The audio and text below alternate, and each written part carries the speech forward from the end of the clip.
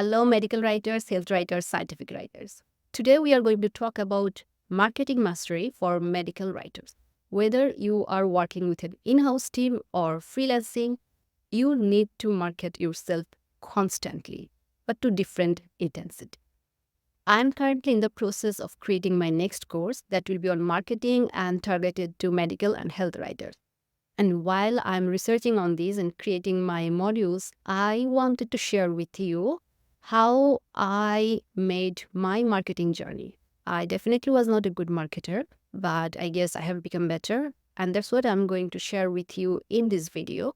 I'm going to talk to you about my number one marketing platform, LinkedIn. I have seen the ups and downs on LinkedIn. I have been ghosted and I have been offered jobs. The journey from being ghosted to being offered a job, it was an intense one. I created my LinkedIn account more than 12 years ago. When I was in Bangladesh, I was working as a research fellow. Having your account on a professional platform at that time was cool. So that's what I did. I just had an account.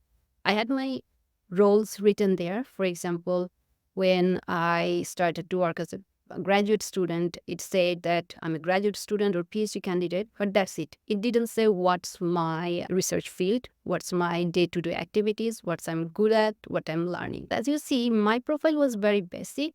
And if you or me tumble upon that account today, we couldn't see that person as our colleague, or we couldn't see actually what that person can do for us. And that's the problem I think a lot of us face with LinkedIn. We create our profile, but we create it in a way that it doesn't make an impact or influence on our target audience. But I didn't bother because I didn't really need LinkedIn at that time, or that's what I felt. When I decided to transition to the industry after my postdoc, that's when I realized that how LinkedIn can make you visible. So I worked on my LinkedIn. I created elaborate description for each section, and these sections now presented better what I have been doing, what I was good at.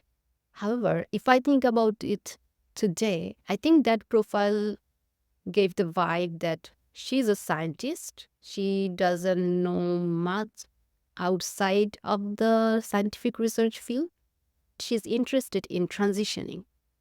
But my experience tells me, while people appreciate that you are transitioning, you are taking action, when they hire someone, they want that someone to already know what they're getting into, which I didn't.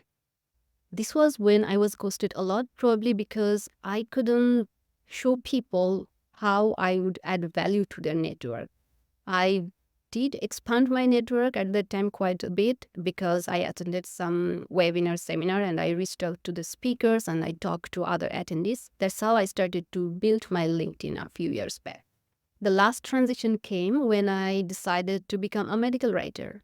And that transition, I think, is still going. Every week, almost, I change something on my profile because every week I have new insights, I have worked on new experiences, and I get new idea on how to present myself. What helped me to create a clearer profile on LinkedIn, surprisingly, came from the advice I got on my resume. Because when I was transitioning, I requested some of my network to give feedback on my resume. And the feedback was quite surprising. Some of them were really contrasting to each other. Like, should I mention my location or not? Should it give me an advantage that I live in that city or in that country, or it will rather be a disadvantage? This is a silly example, but about a lot of issues I had contrasting advice like that. Also, some of the advice were not aligned to my value. For example, I feel the impact factor of a publication or how it's bringing value to people's life, that's important. But I didn't know how to convert that into the numbers that resume reviewers want to see. They want to see numbers, for example, how many projects you worked on. And because you brought on an idea or you worked on that project, how many, say, dollars you brought to the team, things like that. So that was not something I was good at that time. I couldn't wrap my mind around that. Issue that a lot of immigrant professionals face is how to translate the tons of experience we have in our home countries or other countries to the new country of residence. I have had a long career of research, teaching. I have done tons of volunteer work, but when I was going to put them on LinkedIn, those organizations didn't show up, those roles didn't show up. When I was talking to people about them, sometimes I had to give so much context that the story was coming off loose. So I was really feeling undervalued. I was doubting myself. I was comparing myself with the professionals here, that if I'm really, as good as or even close to there. So that created frustration in me, self-doubt, because I started to question myself.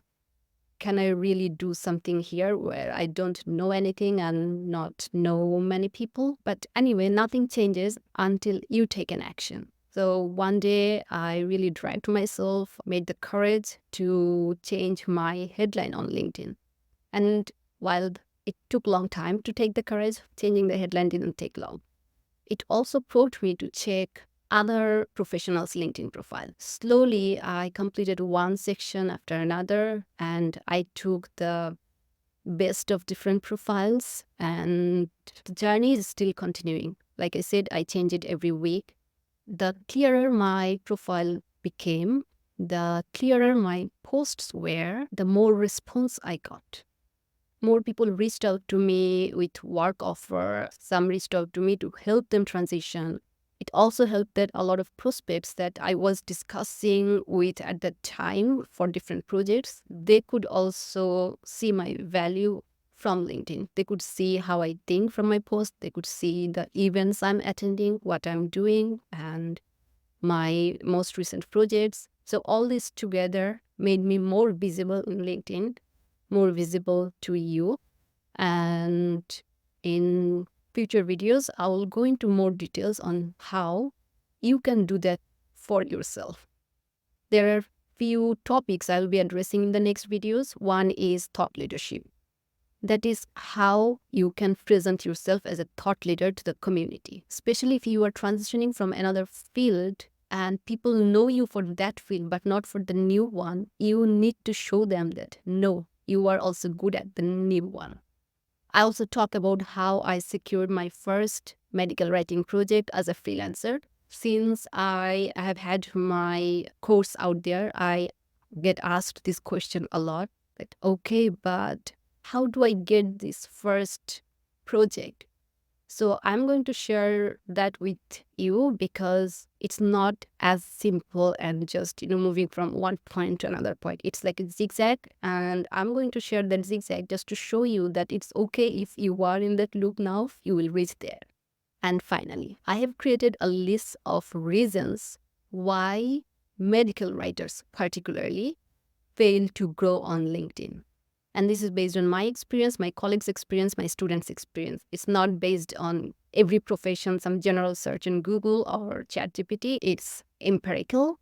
And I hope this will be something very tailored to your scenario. Stay tuned and more power to you.